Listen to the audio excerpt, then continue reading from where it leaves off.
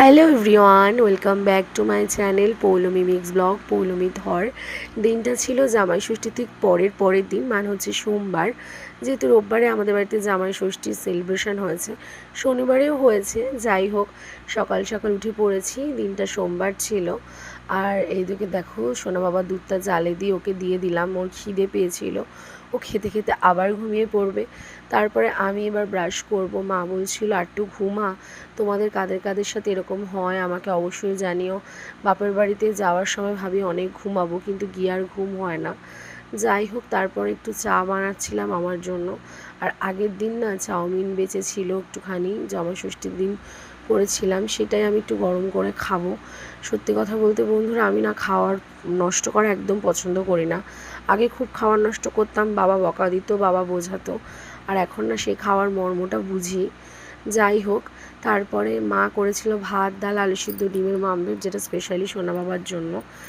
আগের দিন জামাই ষষ্ঠীর সমস্ত খাবারই বেঁচে গেছে, সেটাই আর কি আমরা খাবো সবাই মিলে গরম করে।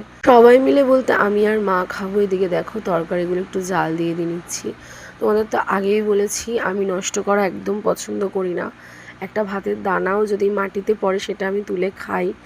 যাই হোক, আমার ভালো লাগে না, জানি না, খাওয়া নষ্ট করতে আমি একদমই ভালোবাসি না, সেটা আমার বাড়ির সবাই জানে। তারপরে যেহেতু আগের দিনে সব খাবার ছিল, সেগুলোই মা গরম করলো। আর ভাতটা শুধু করেছিল আজকে। এদিকে আমি পেঁয়াজ লেবু কেটে নিয়েছি। তো এবারে দুজন মিলে বসে লাঞ্চ করলাম, আর অনেক দিনের সব গল্প জমেছিল, গল্প করলাম। আর এই যে দেখো, মা দিয়ে দিয়েছে আমাকে মাটনের নাল্লির পিসটা। তো তোমরা কারা কারা এই মাটনের নাল্লির পিসটা খেতে ভালোবাসো? বেশিরভাগ মানুষই এই পিসটা খেতে ভীষণ ভালোবাসে। যাই হোক, তো মাটনের আলুটা না ভীষণ সুন্দর হয়েছিল, জুসি হয়েছিল, মাটনটাও ভীষণ সুন্দর হয়েছিল।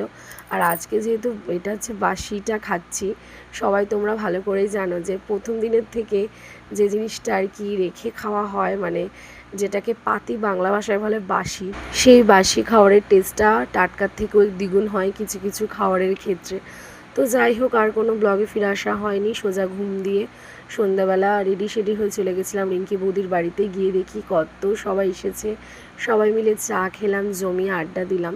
তো আজকে সন্ধ্যেটা তো ভীষণ ভালো কাটলো, মানে এই বাড়িতে আসলে কীভাবে যে সন্ধ্যে কেটে যায় বুঝতেই পারি না।